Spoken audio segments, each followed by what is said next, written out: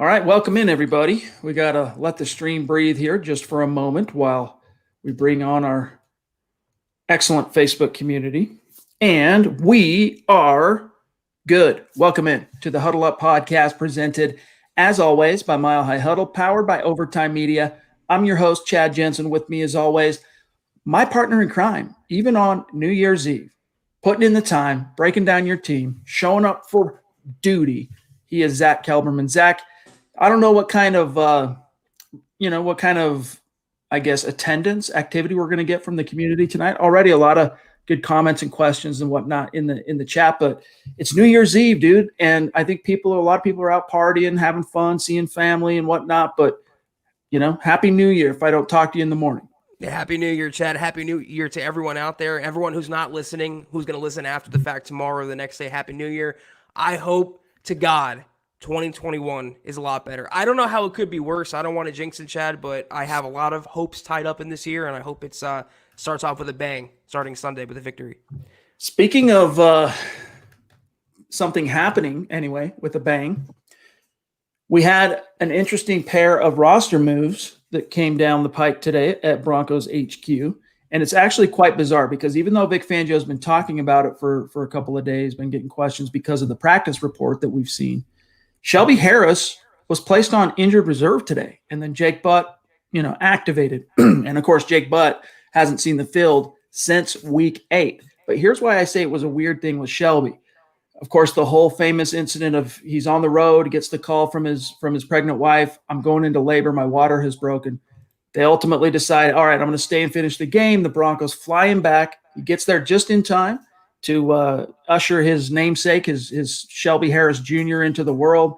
And then the next morning, Zach, Monday, he comes into the facility and his knee is bothering him. And they're still evaluating it to see what exactly is wrong with it. But they said, we're not going to screw with it. Put him on injured reserve. Hello, Jake Butt. I feel bad for Shelby Harris, man. What an injury-plagued, just a cursed season in a sense for him when he could have made a lot more money. In the 11 games he did play, I think he warranted getting his long-term extension. And as always, hashtag pay Shelby. It's unfortunate, the injured reserve is almost a formality because he wasn't going to play anyway. It's the last game of the year. It's just a roster transaction they had to make to get Butt back on the roster.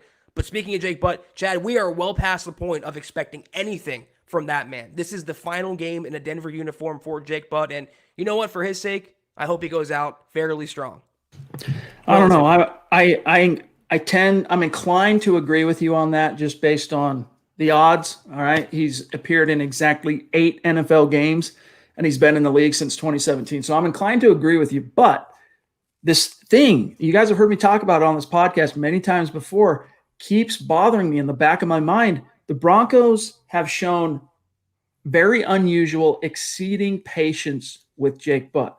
Any other 4th, 5th, 6th round pick that had that kind of injury curse, that lack of availability for that many consecutive years, the Broncos cut bait a long time ago, but they haven't with Jake Butt. And I think it's because John Elway really, really resonates, likes Jake Butt, and believes in Jake Butt. But here's the wrinkle, Zach. As you said, he's going to hit free agency, and because he basically redshirted his rookie year, he actually is going to be a restricted free agent. So he's not going to initially hit unrestricted free agency unless the Broncos opt not to RFA tender him, which I don't expect them to do. You don't expect them to do. And here's one of the reasons why. If they RFA tender Jake Butt, Zach, the lowest one, the original round tender, it would pay him upwards of just shy of $2.5 million for 2021. More likely what I see happening in the best case scenario for Jake Butt as it relates to the Broncos is, they let him know, hey, we're not going to tender you. He hits unrestricted free agency, and kind of like they did with Devontae Bosby as an ERFA, right, as an exclusive rights. They don't tender him, but then they come to the table and say, hey, we want you back. Here's kind of a low end, vet minimum type thing. I could see that happening, but I'm not counting on it. You could say he's redshirted for 4 years now, not just most of his rookie year or anything like that. He really wasn't close to materializing as Elway ever anticipated, getting him in the 5th round. He was a 2nd-round prospect, but his injury jacket's always been his biggest red flag, and he never shook that at the professional level. But listen, to play devil's advocate, even if Jake Butt does come back next season, let's say fully healthy for Jake Butt, whatever that may be, what is he going to offer this tight end room? You invested a 1st-round pick in Noah Fant, who looks like a perennial Pro Bowler, if not all-pro. You invested a mid-round pick in Alberto, who showed flashes before he went down. He's going to come back as maybe the distant 3rd tight end on the depth chart. So is that really worth spending that money or investing or holding that hope for a guy that hope sailed away a long, long time ago, Chad, at least in my opinion? Honestly, I would be okay with it if it's a vet minimum type deal on a 1-2 year deal tops. Vet minimum, let him come in, and here's why. Yes, you get Nick Vannett back for year 2 of his 2-year contract next year if the Broncos decide to keep Nick Vannett, which I think they will. But you don't necessarily know how and when exactly Alberto is going to bounce back from that ACL. And so I could see the Broncos talking themselves into saying, hey, we want to bring Jake back just because we want to hedge in case. The worst thing that could happen is we throw $900K at Jake Butt for 2021, and he ends up riding the pine for most of the year because Alberto was ahead of schedule and hit the ground running. And, we have the new age Aaron Hernandez and Rob Gronkowski. These are all, outlier type best case scenarios. But I'm telling you right now, John Elway loves Jake Butt. I guess in that scenario, I'd rather have a player who didn't have 4 knee surgeries. I mean, throw a dart at the draft board and just draft a tight end, and you have 3 young tight ends in that room. You have a veteran in Nick Vannett.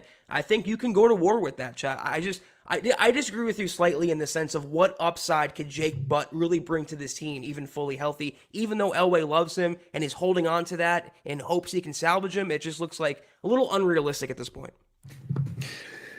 The best ability is availability. Right. And it's really is tragic because Jake Butt was, a great. Thank you for the stars, Marcus. Really appreciate that, my friend. He was not just a good college tight end. He was a great collegiate tight end. Talent up the wazoo, but he just can't stay on the field. So we'll see. It's going to be interesting to see how it plays out. But before we get to matters of business, Zach, let me pose to you this question. Has Shelby Harris played his last game as a Bronco? Oh, man. My heart says no. I want him to get paid. I don't know that he's going to get like a $12, $13 million a year deal because of his injury, because of how he ended the season, because he missed a handful of games. I do think the Broncos will do right by him more so and give him a 3-year deal, maybe $6, $7, $8 million a year, half of which is guaranteed. I think the Broncos will take care of Shelby Harris, especially if they move on from Jurrell Casey, Chet. Because then you have money you can play around with. Jurrell Casey didn't show much this season, where Shelby Harris, no matter what the situation, what the game, he always makes an impact. So I do think he comes back. But based on the way they treated him last year, and Derek Wolfe, they pushed 2 starting defensive ends out the door. Yeah. I can't say it's a certainty he's going to come back. But I hashtag pay Shelby, and I'm hoping every single day he gets that contract. I'll tell you what, it would not make John Elway or Matt Russell look very smart and savvy to let Shelby Harris go. Now, I get it that you've got Jurrell Casey and as the guys who consummated that trade from Tennessee, you believe in him, 5-time Pro Bowler and all that, but he just turned 31. He missed nearly an entire season. Meanwhile, Shelby's on the upswing of his career, and he's produced for you. He's developed under your wing, right? Bill Collar basically took Shelby Harris from a no-name, forgettable ex-Raiders 7th-round pick and turned him into one of the better defensive linemen in the league. And so I think that's just a gift horse. If you're the Broncos, you don't look it in the mouth. You just bite the bullet. You pay him, even if that means you make a tough decision on Jurrell Casey. And, Zach, as I was researching this today, writing up the article, you know what? If the Broncos moved on from Jurrell Casey, 0 dead cap, by the way, and A.J. Bouye, 0 dead cap, by the way, they would free up $25 million and some change. So that's enough lettuce, in my opinion, my estimation, to fit not only Shelby Harris under the 2021 cap and beyond, but also Justin Simmons. And then you can explore the possibility of cutting Kareem Jackson and freeing up another $11-12 million, Chad, and negligible dead money. I see two comments here I want to highlight. One comment says, I think they like Draymond too much to keep Shelby Harris. They need two starting defensive ends, though, guys. They need to have a bookend, and Draymond is certainly, he's a beast, Chad. Bill Collar did a wonderful job with him. He's a longtime starter in this league for the Broncos. You need the other guy, though. If it's not Jurrell Casey, to me, it has to be Shelby Harris. And Christos has a really good comment here. He said he will stay because the Broncos flew him back personally on a charter jet to be there for the birth of his son. I don't think that's a good point. I don't think they do that for someone they want to discard in a few weeks. Fair point. I think it's a positive omen, right? It's a good harbinger of what could come. And Chase says re-sign Shelby, but cut Casey and give McTelvin Agim more snaps. Yeah, McTelvin Agim is definitely going to be in line for more snaps in 2021. We're going to continue to break this down and get to all of that. And guys, we'll see. I mean, there's plenty to talk about in terms of the Denver Broncos matchup this week. I know it's kind of zero stakes besides pride in terms of what they're actually playing for this week. But nevertheless, it's the Raiders. It's a Raider week. And so we're going to sink our teeth into that, get to your questions, your super chats here in just a second. But first, we got to take care of some quick matters of business, starting with a hearty thank you to the sponsor of tonight's live stream pod, sportsbetting.com. Right now, gambling is legal in the state of Colorado. And if you're looking to make watching your favorite sports a little bit more interesting, just like fantasy football, sportsbetting.com is your no-brainer destination. And here's why. 3 factors. Number 1, you get the sharp odds and low juice. Number 2, you get hassle-free bonuses that you can roll over and access and use after betting it one time compared to the other sites out there, which I will not name this time, that make you do it 5 to 30 times. 3, you get 24/7 live customer support, and it's always a real person in the United States, which is crucial if you're dealing with anything that has to do with your coin, your money, and you got a question, you got an issue, you need to talk to someone, you want to talk to someone. All right, so sportsbetting.com has your back on that. But here's the kicker. Right now, after you make your first deposit, sportsbetting.com will match it up to $750. That is $750 in free bet credits. Plus, right now with the NBA having kicked off, tipped off, you also get $25 in free bet credits for the NBA. So head on over to sportsbetting.com/milehighhuddle. That's sportsbetting.com/milehighhuddle and capitalize on up to $750 in free bet credits and start 2021 off on the right foot.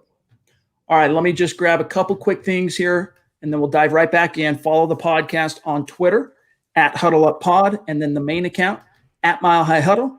You get those 2 clicked. You're not going to miss anything pod-related or breaking Broncos news and analysis. My partner, Zack Kelberman, on Twitter at KelbermanNFL. Myself at Chad and Jensen, and our producer, John Cronenberg, on Twitter, though, at John K. MHH. Check out the merch store, guys. You guys demanded the merch store. This time last year, Zach, what's funny, we didn't have the merch store, right? We were sitting here on December 31st, 2019. The merch store was not a thing.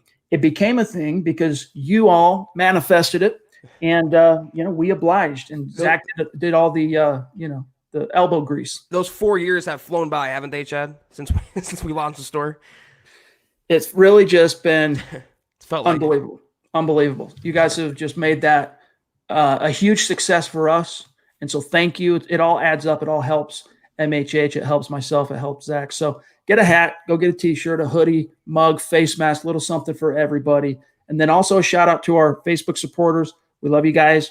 As our following on Facebook continues to grow, consider becoming a supporter, because starting next week, we are dedicating content specific only. We're going to continue to do these live streams pods every night. That's going to be access to everybody. But we're also going to start dedicating a little sliver of content, not a little, a lot of sliver of content to our official Facebook supporters, Kelberman's Corner. We got some hot takes coming down the pike from your boy, Zach. So become a supporter. Just click the big blue button. If you're on Facebook, you're in like Flynn. And if you're not able to do those things, it's all good. Please subscribe, though. Please like this video. And if it's any good, Zach and I are doing a good job. Share it out there. Help us continue to grow. And we are growing. You guys might have heard me mention it yesterday, but we have already at MHH obliterated all of our previous records for traffic, for views, the whole 9 yards. We doubled that in December, and that's thanks to you guys. So we love you, appreciate you. The word of mouth, the clicks, the shares, it all adds up. We love you.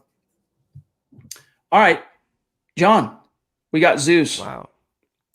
Jumping in with aplomb as he is, so generous. I can't believe it, man. Just thank you so much, Stu, and hope you have a very, very happy new year and a great 2021. He says, thanks for all the great work this year. Really appreciate that, my friend. It does mean a lot to us. Stu's ending the year the way he started it, Chad, with total abandon in support of our podcast and our show and what we do. Stu, you are the best, and that is why we look up and we see you up there as the founding father. Thank you so much, and special mile high salute to you and your family. Yep, give our best to the McPeak fam, and wish them the best as well. Wow. Geez, another superstar, another MHH Mount Rushmore guy. Top rope, Chris Hernandez, 24-year veteran. By the way, Chris, you're going to have to let us know when that ticker clicks over to 25-year veteran of the United States Air Force. But, man, just extremely generous. Thank you so much, my friend. You know how much we love you and appreciate you, and just means a lot. He says, Happy New Year to you both and the MHH fam. Cheers. Hashtag Go Broncos. Amen, Chris. And we're hoping 2021 brings you much better results on the Broncos side than 2020. And Chris, you're right next to Stu. We have your bust being made up right now. You're among the idolized superstars that we have on our program and on our podcast. Thank you so much, Chris. And we hope personally for you that 2021 is much, much better. All right. Oh, we also got Black Knight, our friend Jeremy, jumping in with a super. Thank you, my friend. Really appreciate that. Another longtime listener, another longtime superstar. Just unbelievable support. He says, Happy New Year, everyone. I'm going to be playing Cyberpunk 2077, so I won't be on. Catch the episode on Spotify. Right on. Thanks, Jeremy. Zach, I'd be lying to you if I told you I know what Cyberpunk 2077 is, but I bet my sons know. I thought I saw something on Twitter about it. It was like a trending topic, something with the game. It's a video game, but I'm not really huge into that realm. So, Jeremy, we appreciate it, and we hope you're doing well with your gaming, and we wish you the best of luck for next year or next season, whatever it may be. Yeah, I guess the question is from John. He wants to know, is it running okay? But I think Jeremy, I think he dipped out, right? We'll see. Jerry, real quick, one of our supporters on Facebook. Good to see you, by the way, Jerry. Happy New Year. He says, I heard the NFL may screw us out of off-season OTAs. Yes, well, not the NFL, NFLPA. JC Treader, is it Treader? I almost botched his name. Yeah, Treader. The center of the Cleveland Browns is also the president of the NFLPA. And he put out a statement today saying basically that, hey, 2020, the pandemic has been one heck of a roller coaster. But if it's done anything, it's taught us, it's hammered home the realization that we don't need OTAs. The whole offseason thing is arduous. It's overbearing. We don't need that and then he listed a bunch of factors as evidence, all-time low penalties, still good scoring offenses. Defenses have definitely taken a step back this year, in my estimation. And then, of course, all the injuries. He didn't really mention the injuries. So I think, Zach, that's the first volley on the part of the NFLPA to test the resolve of the owners and this new CBA, which they codified and executed, less than a year ago, right before the pandemic started, to see if maybe they can find wiggle room to get out of OTAs. JC needs to speak for himself because there's a lot of benefit to having OTAs and having those off-season reps. And I understand from his point of view, it's all about player safety and he's players first, but there's a compromise. Maybe they won't go full tilt. Maybe they'll have less OTAs or different ways they can structure them, but they're going to have some sort of off-season program. Little off topic, though. It's funny to me, Chad. Do you see the Dolphins quarterback news today? Fitzpatrick tested positive for CV, and then Tua was not named a close contact of him, so he's eligible to play Sunday. He's been literally around him nonstop the past few days. How wasn't he deemed a close contact, but the entire Denver quarterback room was? It's further proof the NFL screwed the Broncos in Week 12. I'm still not over it, Chad. Travis.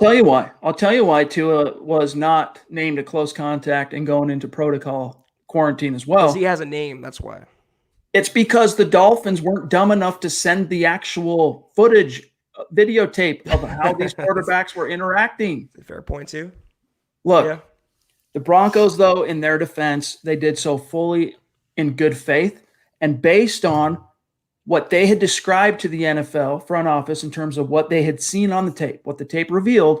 The NFL gave them the understanding that, oh, then, yeah, we're sure you're right. Then send it on over. They'll be okay. No big deal. So the Broncos send the footage, and then, boom, they drop the hammer a day and a half later, pulling the quarterbacks off the practice field. So I'm guessing the Dolphins learned from that because word gets around quick, right? And I'm guessing they're going, oh, what's that, Roger? You want the video footage from our QB room? Oh, you know what? I'm just, in my ear, I just learned Cameron just stopped working 2 days ago, dude. I don't know what I can do for you. Yeah, I feel like if the Broncos had a Tua, a named quarterback, or if the Broncos were in playoff contention like Miami was, they would have had their quarterback against the Saints in Week 12.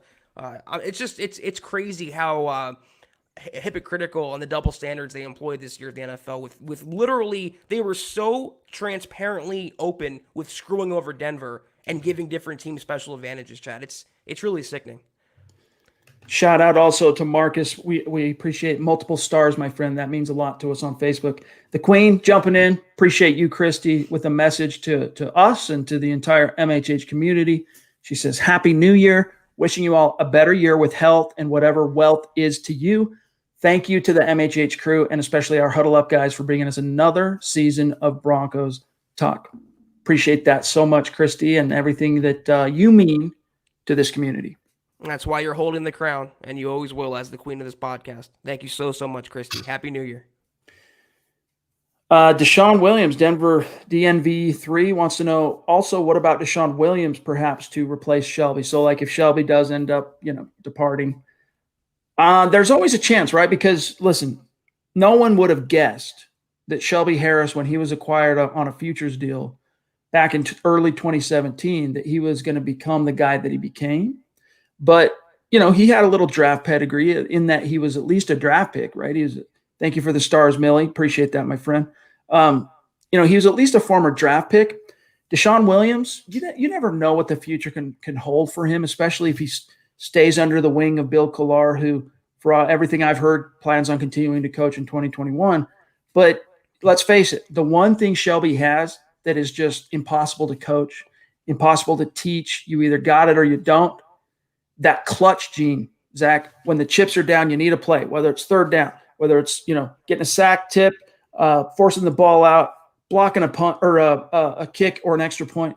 I mean, it's just he's in so much intercepting a pass in the end zone against Big Ben and the Steelers to secure the dub. I mean, this is just a guy who saves his best for those key moments, and that's one of the reasons he is so valuable, and the Broncos would just be ridiculously unwise to let him hit the bricks. And who else on the Von Miller-less Broncos defense has that clutch factor? Who else is making plays in the even Justin Simmons, Chad? I know he secured the Dolphins win with interception, but he doesn't really make those clutch game-changing plays too often. And Bradley Chubb had a great season. They aren't those clutch game-changing plays. Shelby Harris manages to do that every single game almost in fourth quarter, late game situations, batting a pass down, getting a sack, stuffing a run, and he's earned it. He's been great for the locker room, great for the defense. As much as I do like DeShawn Williams, I don't think he's starting caliber just yet. He's a nice backup and project guy to have for the same reason why DeMarcus Walker isn't ready to be a starter just yet. You need to have depth pieces too. Not everyone can be a starter along your depth chart. So Shelby and Draymond are your starters, and you can bring back DeShawn Williams, you can bring back DeMarcus Walker, you bring back Mike Purcell next year as your nose tackle. That's a pretty good defensive line, and you can mix and match. But to forego Shelby Harris for DeShawn Williams, I can never get on board with that. Not only that, but DeShawn's more of a tackle. He's more of a zero and a one technique guy. And Shelby, he's more than that. Marcus wants to know, why would we give up on Shelby when he is on the ascent? Well, it's just, business decisions get made in the NFL year in and year out that leave you scratching your head. And we've seen it from time to time. I think for the most part, Elway has actually been quite good and savvy in terms of who he's opted to keep over the years, who he's opted to allow to hit the bricks. I can't really think of anyone that's left and it's blowing up in his face and you're going, man, that was a big mistake. But someone right now, put it in the comments, who am I missing out on? But nevertheless, Zach, this is one of those scenarios where I think you're right. I think the omen and the harbinger was last week in how Elway, Joe Ellis, They bent over backwards to get Shelby home in time for the birth of his son, giving him their own private jet. You get home. That's a strong show. It's almost like a recruiting tool. It's the type of thing you see, when you're trying to get Peyton Manning to sign with the Denver Broncos, you're jet setting, you're doing all these individual big overtures to make an impression. It kind of felt that way in a way. The only reason he wouldn't be re-signed is because the Broncos have an aversion, up until recently, I guess, with McManus, is re-signing their own players and Garrett Bowles. If they're over that, Chad, it's not based on merit. I mean, Shelby Harris has deserved a new deal since last season. And in the games he played this season, he's been worthy of a long-term investment. So the Broncos front office has to recognize that. And I think it's a great comment Christos pointed out about the plane, and you said a recruiting tool. They wouldn't do that for DeMarcus Walker. They wouldn't do that for DeShawn Williams. The fact they did that for Shelby Harris means, I think, and I hope, he's in their future plans. David, appreciate those stars on Facebook, my friend. Thank you, David. And guys, if you're watching on Facebook, and many of you are right now, giving stars is like another way. It's similar to on YouTube, giving up a super chat. The only difference is here, for whatever reason, we'll have to look into this once things slow down for us, but StreamYard doesn't show us the stars. It just shows the blank, but that's how we know it's stars. But nevertheless, David, appreciate you, my friend. Let me grab this real quick from Josh. Oh, actually, no, grab Christy. I didn't see that. Put Christy on. My gosh. Wow. Just top row. Everyone, our cornerstone community members, the true MHH Mount Rushmore, showing up right now in a big, bad way. We're feeling the love. She's the matriarch of our podcast, Chad. I mean, she really is the backbone, and she's been so supportive. And Christy, from the bottom of our hearts, thank you so much. We love you, and again, have a great and merry and happy New Year. By the way, Christy, we let everyone know yesterday what a couple of our resolutions, New Year's resolutions are. We're curious to know what your resolution is for 2021. Hit us and let us know in the chat. But yeah, thank you, my friend. We love you. We appreciate you, and happy New Year. Josh wants to know, Zach, it's more like a exercising of the demon, getting it off his chest. He says, man, just beat the Raiders and everything's okay for me. We need to right that wrong. Losing to them earlier this season and then beating your rival is always a positive for confidence. Yeah, I think it's not going to really change any, whatever the wheels are in motion right now aren't going to be changed whether the Broncos win or lose to the Raiders. But anytime you can end the year on a positive note, especially when you're missing the playoffs, any kind of modest momentum at all can be a good thing. Now, it didn't end up serving the Broncos too well this year in terms of finishing 4-1 last season and winning, what was it, their final 3 games, right? Houston. Two. To Kansas City. Right. That was right smack dab in the middle. So, 4 of the final 5 games didn't serve them quite as well as you would hope, but there were some mitigating reasons for that. Starts with a P, also, C and a V and all this. So a win would be great, but at the same time, it's not going to necessarily change what might happen on Monday.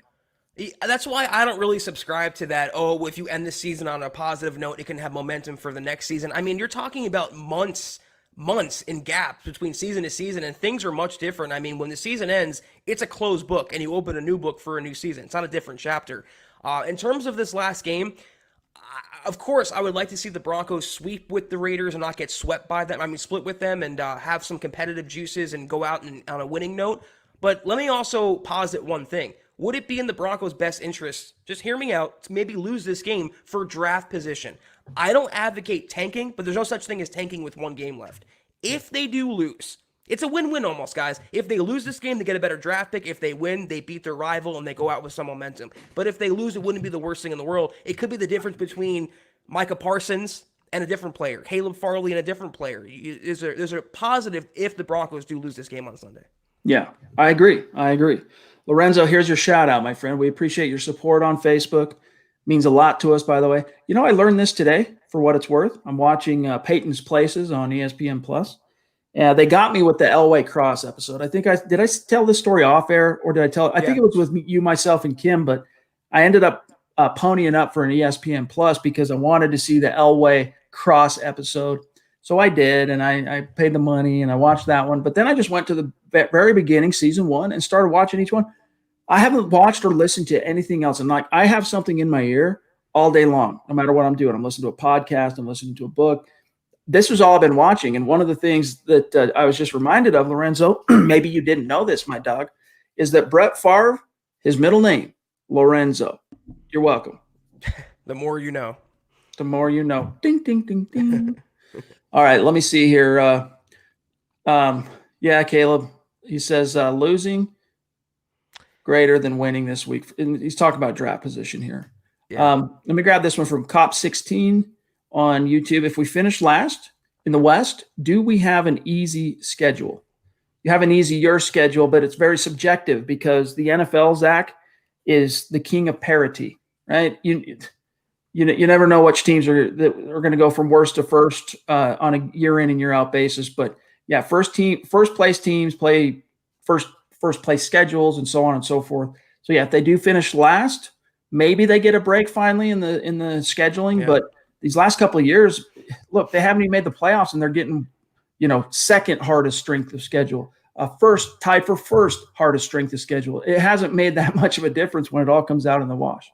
And it sucks because the NFL has this, the secret sauce formula for the schedule and the schedule, strength of schedule and the percentages and all that. The Broncos have been screwed for sure, but let me tell you something. They've also been in these games, even against the Chiefs. They gave Mahomes all he could handle. They are mostly in games against the elite teams. If they take care of business, the schedule ranking won't matter. The SOS won't matter next year if they play to their potential. Still, I know you've been with us since the 24/7 VIP days. I remember your handle over at 24/7 Sports when MHH was on 24/7. So we appreciate you, my friend, and I know you've been with us a long time. He says, I've been with you guys since the VIP days. Did anyone see the stupid face J.J. Abrams made in the draft? J.J. Abrams. Isn't Jonathan that the Abrams? Star Wars stuff? Yeah, it's a director, I think, right? Oh, yeah. Abram, right? He's probably talking about Jonathan Abram. Yeah. On those video intros they show for players. I'm not sure exactly what you're saying, Stu, but he's kind of a character. Let's see it. You want me to try and find it? Let's see it. I'll take another question. Right. John, serve one up while we pull this up right now. I want to see the stupid face he made. What is it? Draft video face? I guess it was the intro video for Jonathan Abram.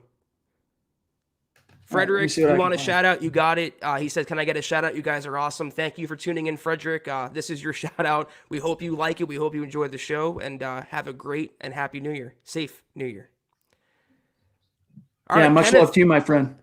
Kenneth jumping in. Good to see you, Kenneth. As always, $4.99. Thank you so much. He says, what stat line did Rippon have to not want to go after a vet quarterback?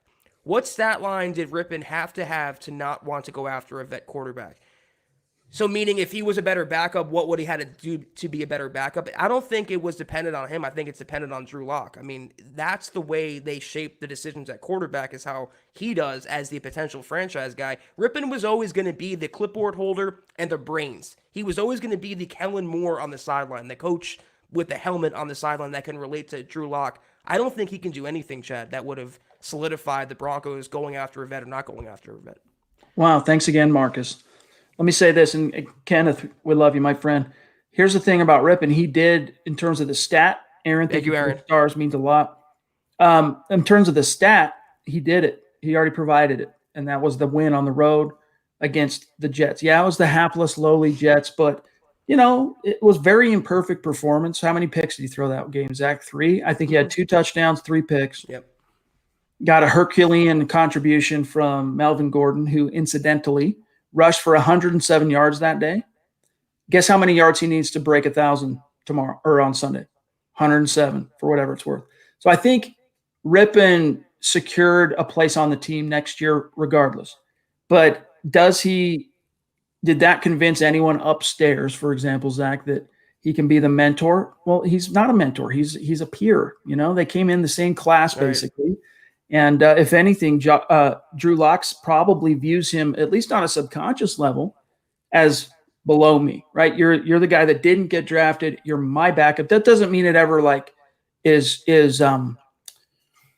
communicated. It doesn't come out that way in terms of their relationship, but that's not how Drew views it. Whereas if you were to bring in Ryan Fitzpatrick, just as an example, and you drop that resume, and he goes, boom, and it just keeps unrolling and unrolling and unrolling. And Drew's like, dang, dude, this is a guy that's got some experience. When he talks, I'm going to listen. And not that he doesn't listen to Rippon, but it's just a different dynamic. If the Broncos, Zach, ultimately prioritize that mentor type and a guy to push, Rippon ends up taking a little bit of a back seat. Yeah. But I'm not convinced they're going to do that, because as much as I think it would be a good thing to bring in that vet and also provide some heat, in terms of just enough pressure on Drew to where he knows he's got to perform, right? You're Brett Favre, who just got put into the game because Don Majkowski went down, the Magic Man, and he's going to be back soon enough. So you got to keep your pedal to the metal, because that was the starter. That was the guy everyone in Green Bay loved. And so you just can't relinquish it. Kind of like the mentality Brock had, Osweiler, when he took over for Peyton in 2015. He knew if he let up off the gas even for a second, it was going to be all too easy to go back to that to the 5-time NFL MVP Peyton Manning. So a little bit different sauce, a little bit different flavor in terms of this specific situation. But I think the Broncos would be better served bringing in a veteran and just saying, look, we're gonna roster 3 quarterbacks again, guaranteed, no matter what. Yeah, I'm with you. I do think he does return next year, though I think he comes back as the number 3 or maybe a practice squad quarterback if he has the eligibility for that. You never know what the rules anymore. But, he showed what he's going to be. He showed what his ceiling is. And the Broncos, I don't think we're ever really expecting anything. I saw one comment that compared him to Trevor Siemian. That's exactly who he is. He's a career backup. He's a number 2 and a heady one, a mentor type, big brains, a lot of smarts, and he's willing to work with the guy in front of him. He was a dart throw for Denver. And you know what? They landed a guy who can help out the young quarterback now, who can step in and make some plays if it calls for it, but he's not going to preclude the Broncos from either moving on from Drew Lock, supporting Drew Lock, or bringing another quarterback in the building. He is who he is, and he's just there. Kenneth, I'm going to pick a bone with that, dude. I'm going to say Kubiak, and I'm going to say Bubby. I like Steve Berline. He served his purpose for his brief time that he was in town, but I got to go with Koob, and then I got to go with Bubby, then I got to go with Brock. Then I would consider Berline, but there were a few of those type of quarterbacks in the post Elway Shanahan years before before Cutler. So in between the Greasy and Cutler days, there was a few guys there that, Gus Frerotte, another guy. But those would be my 3, Zach, all-time backups: Kubiak, Bubby, Brock. Because I still consider Brock he was the backup, right? He wasn't the guy. He was a backup, and then he left. I got my 3. I got Mark Sanchez, Paxton Lynch, and Austin Davis. Those are the 3 best backups in Broncos history. Dude, Chad Kelly can't get a break. Oh, dude. man, Chad Kelly. I wiped him from my memory, He hurt me too much, Chad, too many times. Christy says, I'm not one for resolutions, but focus on health, spending time with the ones I love, and, of course, a better Broncos season. Love to you all. Be safe and be nice, everyone. Perfectly said. Thank you, Christy. Awesome. All right, let me see here. I'm going to, while we kind of let John, if we have, it did just do a jump on me. So anything you got, get it going. I do want to do, we're at 37 minutes. We're about 38 minutes. I want to do a little bit of a comparison, Broncos, Raiders, before we get out of here. Kenneth, though, appreciate you, my friend. He says, it's the same. That was the same one. One more. There was one right below him. Hold on. I jumped right over it. There he is. We never got Anthony. Abrams' draft video. I looked, dude. There's too many options, and everyone's like a minute and a half. It's not like a little 2 or 3 second clip where I can find out real quick if that was the one he's talking about or not. So we'll holler back at you, Stu, and see if we can find it, and we'll talk about it. Maybe gut reaction. Mark Anthony just has become so consistent, as a superstar. Anytime he's in the chat, he's showing us love and support. So thank you, Mark. And he says, Happy New Year.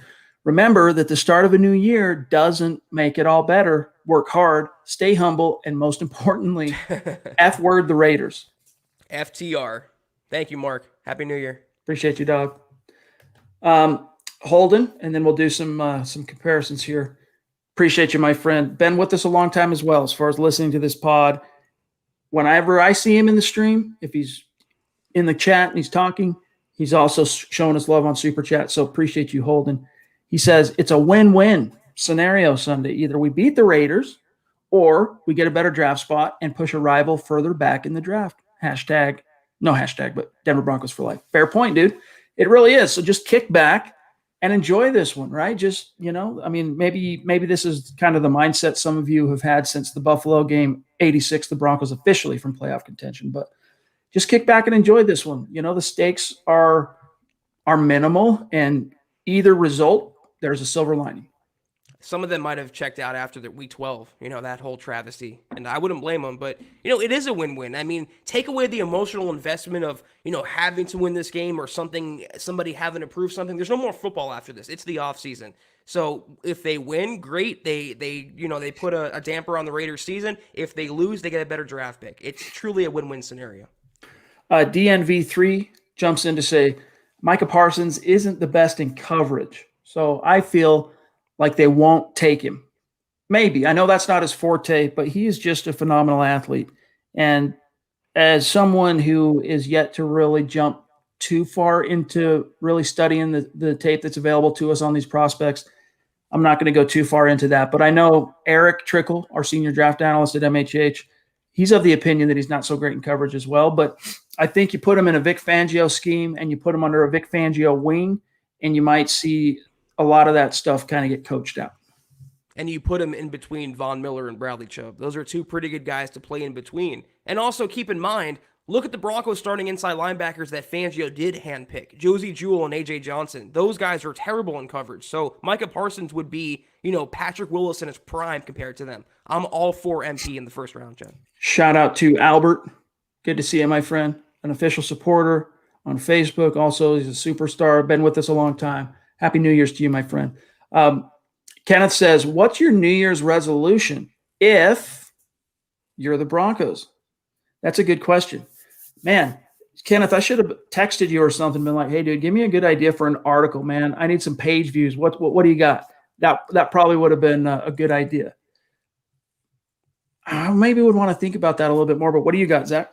I have a few. I mean, one of them is invest in my own if I'm thinking about the Broncos. I mean, invest in Justin Simmons, invest in Shelby Harris. You might want to even pay a guy like Tim Patrick or Phillip Lindsay. And also the other one, it's the same one as it should have been last year, is do whatever it takes to fix that offense and make it what it should be. Whether it's Drew Lock, whether it's Pat Shurmur or not, that has to be your central focus. It cannot be another rudderless season in 2021. It cannot be another playoffless season with a losing record. They have to fix the offense and go all in with whoever's under center, Jen. Man, I think you're right on the take care of your guys thing as a resolution, because that would be turning over a new leaf, right? Because usually when you are making a resolution, you're resolving, right, to do something that you've been putting off, or you're trying to do something that you've never done before. You're making a positive change, or you're recognizing perhaps somewhere in your life where you've maybe strayed a little, and so you're trying to correct that with a resolution. If you're the Denver Broncos, yes, absolutely. It's very conspicuous, Zach, that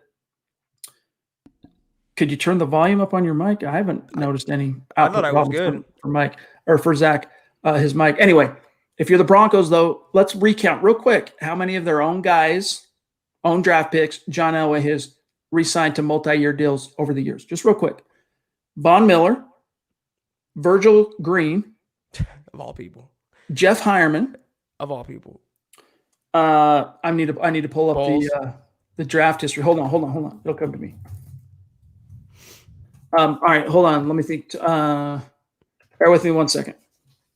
Normally, I must be off my game a little bit here, because this is normally something I could have instant recall on. All right, here we go. Let me start from 2011. All right, Von Miller and Virgil. All right, even though Julius Thomas was a Pro Bowler in that class, did not get an extension. None from Orlando. He ended up signing elsewhere. No Malik, no Danny Trevathan, no Brock, no Derek Wolfe. So there's three. All right. Looking at 2013. Sylvester didn't get it. Kayvon didn't get it. Monte Ball, of course not. No one there. 2014. Let me just take a look here. Bradley Roby, nope. Cody Latimer, nope. Michael Schofield, nope. Lamine Barrow, Matt Paradis would have been nice, right? Nope. Mm-hmm. 2015. Shane Ray, nope. Tyson Brilo, nope. Jeff Hireman, who I've already listed. No, I haven't yet. So 4. Vaughn, Virgil, Tyson, or Jeff Hireman, and who did I just forget? Oh, Derek Wolfe. All right, one more. Bear with me here, gang. Sorry. Bear with me. All right, I'm looking again at 15. That's it. 2016, Zach. Connor McGovern, nope, let him go. Will Parks, nope, let him go. Andy Janovich traded Connor, let him go. Justin Simmons still kind of floating in the breeze. Garrett Bowles, that's it. That's it. Now that doesn't count. That doesn't count C.J. Anderson as a college free agent or Chris Harris. But it's 5 guys. That's it, Zach. So yeah, even though Shelby's not a homegrown guy in terms of an original round draft pick in Denver, he was developed by the Broncos. Get him signed. And Justin Simmons was a draft pick. Get him signed. And I also want to maybe take care of some of the RFAs who've given their all. I mean, even players that don't necessarily need new contracts, like Malik Reed or like Tim Patrick, like Phillip Lindsay. You have to show some in-house loyalty for the same reason you showed it to Garrett Bowles. You pay Garrett Bowles not just for what he will do, but for what he has done so far. They should do the same thing for Shelby Harris. He's contributed everything, Chad, every which way the last few seasons. He needs a long-term contract. By the way, Kenneth, great question, dude. Great question. I still might actually turn that into an article, dude. J-Lo, good to see you, my friend. Appreciate you. He says, if we give Locke another season and it doesn't work out, do you guys think Marcus Mariota could be the answer? He could be available in 2022. So, yeah, for what it's worth, Mariota was connected to the Broncos by Connor Orr at Sports Illustrated saying, hey, Broncos should take a look at signing him, but he's under contract with the Raiders next year. So I guess they have a team option. You informed me, Zach. They might not necessarily bring Mariota back. Yeah. We'll see. But what's your answer? If I'm waiting until 22 to get a quarterback, I'm not getting Marcus Mariota based on a glimpse of what he showed this year with the Raiders. You need that stud in the building. And that's why I'm advocating for the Broncos not to go for a veteran like a has-been or a broken down guy, but go for a young quarterback in the second or third round. You can get your Jalen Hurts. You can maybe get your Dak Prescott. It doesn't have to be a first-round quarterback, but you need to have that young, preferably dual-threat quarterback to compete in this league, Chad. And I don't know that Marcus Mariota in 2 years from now is going to be that guy. Maybe this year as a backup, if the Raiders let him go, I'd bring him in for some insurance, but not to be the starter 2 years from now. By that point, the Broncos have to have that young guy being groomed, not Marcus Mariota. Yeah, and if it's not Drew, if 2021 proves that Drew's not the guy, you got to go back to the well and you got to find the long-term answer in the draft. Muhammad, good to see you, my friend. Happy New Year's. Happy New Year, Muhammad. Thank to you as well. All right, let me see. Joseph, thank you for the stars, my friend. Means a lot. And I'm looking here. It looks like as well, John, we had an extra one. You might have grabbed this while I was looking on at the draft class here, but we had another one from Marcus. Real quick, Marcus, appreciate that, my friend. Jason Christopher in the house. Good to see you, my brother. He says, Happy New Year's Eve, Chad and Zach. Did Elway subconsciously endorse Locke as the starter next year in his interview with the team site today? I haven't seen it. Let me pull it up. Normally that's something I'm on top of, but I'll be honest with you guys. Today, I spent a little bit too much time in my kitchen putting together the perfect prime rib roast to feed my family on New Year's Eve. It's a very rare treat for Clan Jensen, so I might have missed this one, but we can take a look at it. Yeah, and also Elway pretty much confirmed that most of the coaching staff will be back next season, which is no surprise. We knew that about Fangio, and that extends to his coordinators in Ed Donatel and Pat Shurmur. The one wild card that we all expect to get fired is Tom McMahon. But it's no surprise, Chad, that the intimation is that Locke is returning, because the one thing that Elway has stressed, the one buzzword going into 21, is continuity. And they want that among the coaching staff, and that trickles down to the quarterback. So I'm not surprised they're going in with Locke to be maybe the guy to start next season. He might not end this season that way, but he's going to get another shot with Pat Shurmur. All right. I think I found it. I don't think Carlos, good to see you, my friend. Thank you for the super chat, brother. He says, Carnalitos, got to rekindle a winning culture. There you go. There's a resolution right there, my friend. Good to see you. And Carlos, we really appreciate how supportive you've been to this podcast and to MHH all year long, my friend. So appreciate you. Thank you. We also got one here from the stream looks great. Okay, good. Good to hear. Glad to hear that. The light. It's all about this new light. I'm telling you. Jeremy jumping in again. Black Knight 232. Appreciate you, my dog, and hope everything went well on the video game. I'm guessing you're listening and gaming at the same time. Is there a way says Black Knight 232, to grab Kellen Moore and make him the OC and Rippin the QB coach. Let Shermer and Shula kick rocks.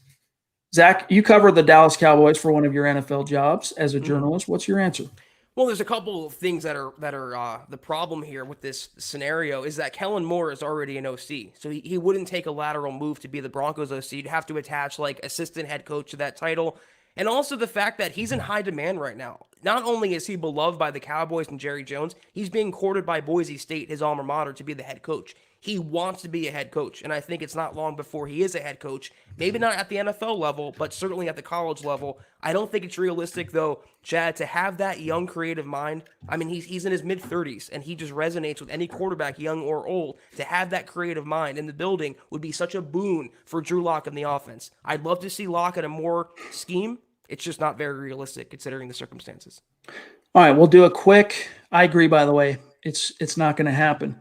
Let's do a quick here under the fair use doctrine, a quick snippet of what Elway had to say. I hope this is where he talks a little bit about Locke. If not, we'll have to circle back and maybe grab it another day because I don't want to play the whole video. First of all, it's 5 minutes long. Second of all, I don't want to get in any hot water with YouTube. Well, obviously disappointing. I think that, we had higher expectations of, thought we'd win more football games, at least get in the hunt. So I think, getting off the slow start we did hurt us, and then the injuries that we got. But, I think, it was disappointing. I thought we had high hopes. But then again, with everything that's gone on, we knew, offensively we were going to be tremendously young. No off season, no preseason, that we were going to be a little bit behind the eight ball, and it showed early. But, there were some bright spots, some good things, some flashes that we did see. So there's some good positive things coming out that, hopefully we can use going into next year. I was going to say this time of year, you look ahead, you look for some promising signs. You feel encouraged about the direction, though, and heading into 2021? Yeah, I think so. I mean, I think that, we have to. That's the only thing we can do. And I think that, when we look at what we have, when you look roster-wise, we kind of look – where we are turnover ratio wise, dead last in the league, and just knowing that there's no way you can win football games, turn the ball up as many times as we had. Plus, we haven't done a good job getting turnovers either. So the mix of both those has put us behind the eight ball. So, but you look at the roster, there's a lot of good young football players, we believe, and Drew showed some flashes. Obviously, he's been very inconsistent, but showed some flashes, and we still have high hopes for Drew that, with a good offseason, a lot of hard work this offseason, a lot of film study that, he can come back and be a very good quarterback in this league. All right. I think that's what he's speaking to, right?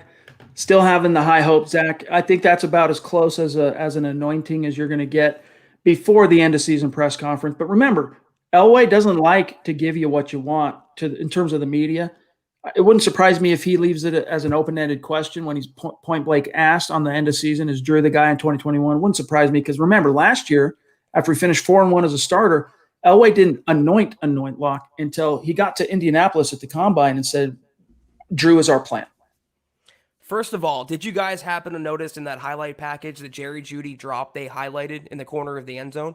That was a dime. That was a touchdown pass. And there's a reason why I'm bringing that up, not just to kind of vindicate Locke for that performance and kind of, that it was Jerry Jeudy's fault for that loss for the most part. But that's also, I think, a subtle indication from the Broncos organization that it's not all on Locke. He hasn't gotten the help this year either, Chad. And, we've seen it, Elway sees it, I think some of the fan base sees it. It's been a collective failure in multiple areas, and that's what he was saying. He lost out on the reps, but then they haven't gotten takeaways either. They haven't just given away the ball. They haven't gotten takeaways. I think John's whole thing there, his whole sell to us is it's not all on Locke. Yeah, Locke wasn't perfect. He has to be better, more consistent, but I think Elway's message is that with time, with continuity, and everyone pulling their own weight, this could be a dangerous team with Locke under center. Now that I'm thinking about it, I probably shouldn't have ran it as long as I did because I didn't think that they were going to show some game clips. So they might end up dinging us for that, but it's all good. NaJAltaf jumping in. Man, just appreciate you, my friend. Thank you, another guy that has, I wouldn't say come out of the woodwork, but he's this season, he's really come on strong this football season. And it's just been great having you riding shotgun with us, Naj, and we appreciate all your contributions and your support. And, of course, talking about the chat too and the knowledge and your insight that you bring. It means a lot to us. So he says, Happy New Year, brothers. Very concerned about Shurmur coming back. Seems clear Fangio is primarily interested in the defense. Shurmur's game planning, terrible. Teaching lock, terrible. League leading turnovers, etc.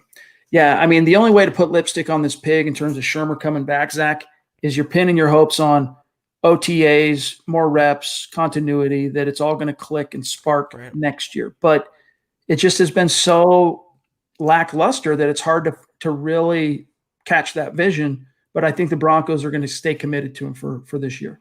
Yeah, they're putting the hopes in either Locke being the guy or Shurmur being the right coordinator for Locke. And if either of those things fails next year, Chad, the experiment will be a failure and they will have to move on. So it's a bold strategy, not moving on from one or the other, but they're going all in on the C word this year, and that's continuity. They want chemistry and they want consistency from their quarterback and their coaching staff, and those two things are mutually exclusive. Stu Meat with the super sticker. Appreciate that, my friend. We say thank you right back. You've been so consistent as a supporter of this podcast, and it just means a lot to us, my friend. So thank you for all of your contributions this year. I know we have one or two more supers that are in the chat here, but real quick, we're going to run out of time if I don't do it now. I just want to do a quick look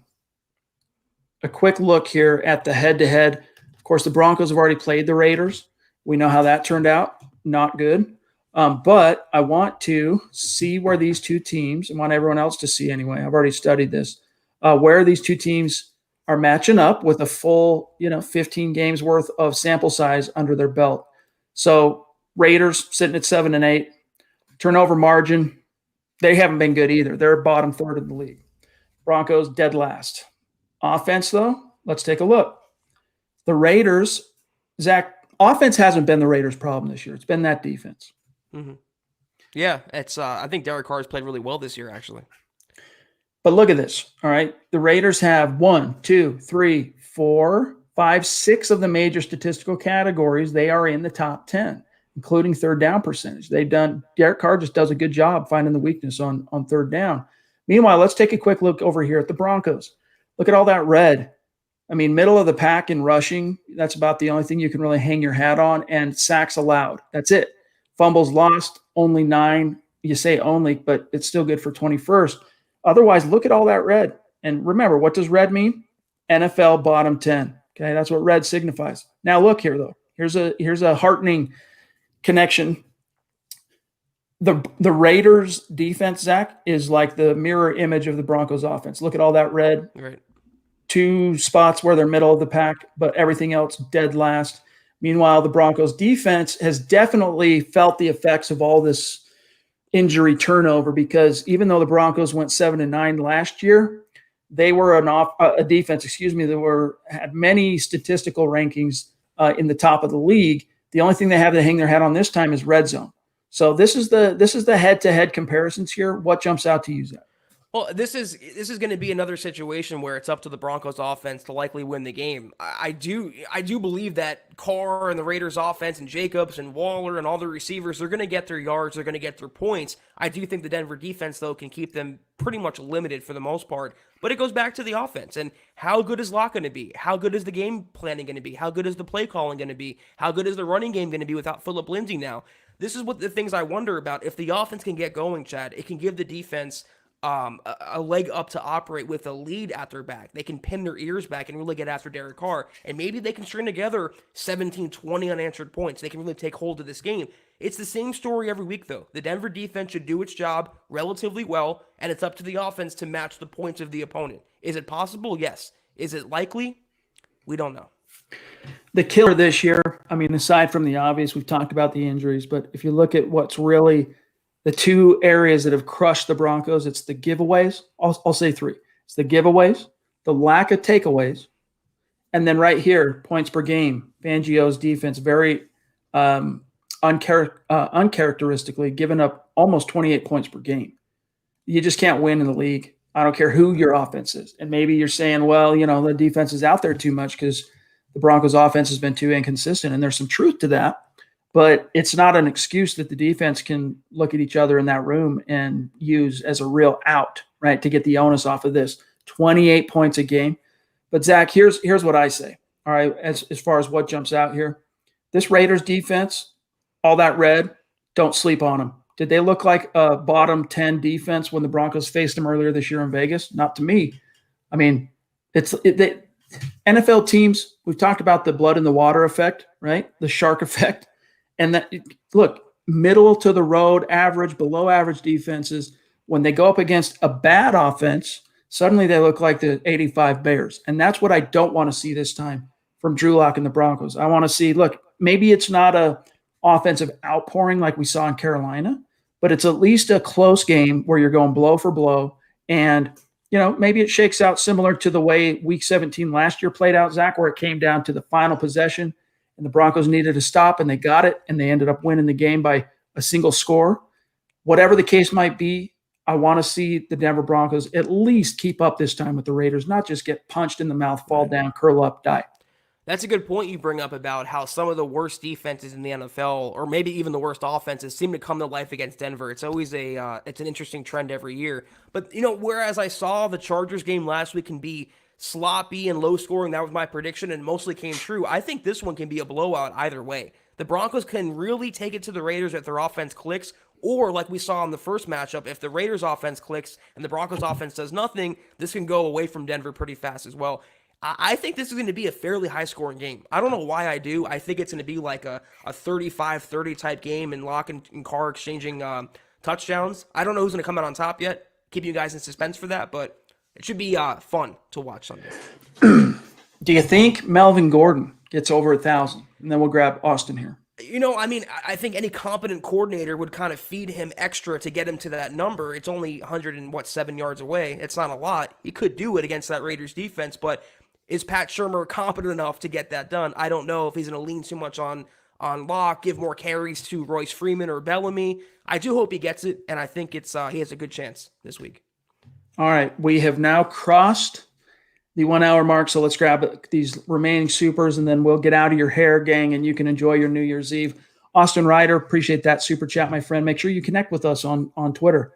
He says, the 2021 Broncos wish list, number 1, find an owner for the franchise not named Bolin. Number 2, make the playoffs. Hey, I think that's fair. I would probably reverse that, but maybe you would say that the second doesn't come without the first. I'm not so sure. I do agree that they need resolution at owner, Zach, but I'm not so sure that, you bring in whatever that owner might be. I'm not sure that immediately results in a 2021 playoff berth. So look, the Broncos have the horses. They just need the football gods to smile on them a little bit in 2021 and give them the OTAs, give them the reps, and give them relatively good health. Yeah, I'm not one who thinks that the Broncos were bad this year or last year because of their lack of ownership or all the infighting that's going on. If they had less injuries and better quarterbacking and better coaching in certain spots, they would have been a better team this year. And there's more steps in between that than finding an owner and making the playoffs. They have to find an inside linebacker, a cornerback. They have to find some offensive line help. You have to settle on your quarterback for next year. But yeah, an owner, Chad, it's got to be by 22. That has to be finalized. George, good to see you, my friend. Another one of our cornerstone foundational superstars. Appreciate you, my brother. I know you had a great Christmas from what I've seen talking with you and seeing on Facebook. So hope you have a great Happy New Year as well. He says, actually, quite late due to New Year's, but Happy New Year's, guys. And this Manscaped is the bomb. Yeah, he let me know. He DM'd me. He's like, hey, dude, I used that code Huddle. Oh, nice. And got my free shipping and got my 25% off when it was 25%. Now it's 20%, but it's still a great, great discount. So glad to hear. There's your testimonial right there. Gio, we love you, buddy. Yeah, manscaped.com, promo code Huddle. George, I hope it's all, it's nice and smooth. They can breathe now, right? Let us know. Indeed. And Stu Primakov jumping in to show some love on Super Chat before we dip on out of here. Really, really appreciate that much. And there's your code. Hey, there's your code.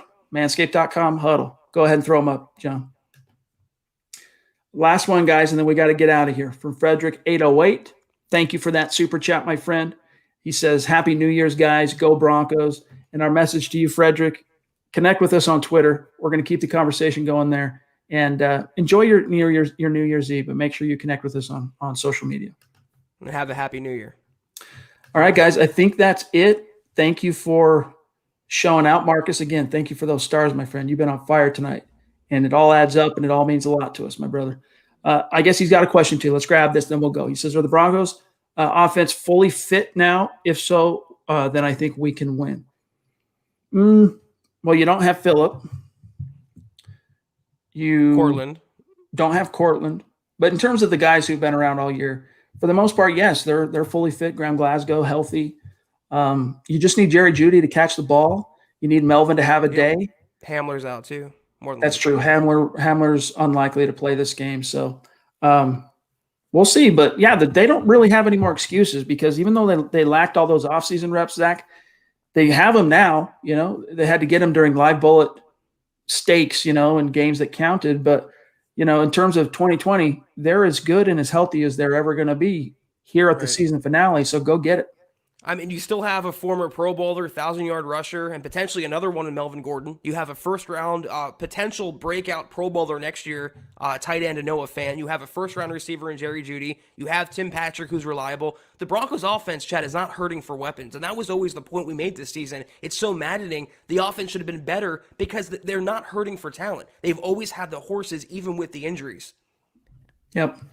Yeah, shout out, as our boy here says, Joe, to Buona Beast, giving the man behind the scenes some credit and some love. And John's been great. You know, we found John in the community. John came from the community in 2019, and his role with MHH has just grown and grown in 2020. And he's a great help to us. He's a great help to Zach and myself. And you know, this is a guy that lives, breathes Broncos country, MHH community. Like, this is a guy who literally goes to sleep at night worrying about what's going on in this community member's life because what they said on Twitter, or, you know, reaching out to see how this person's doing because of what they said. So it's genuine, real concern and care and love and appreciation for everyone that comes from John.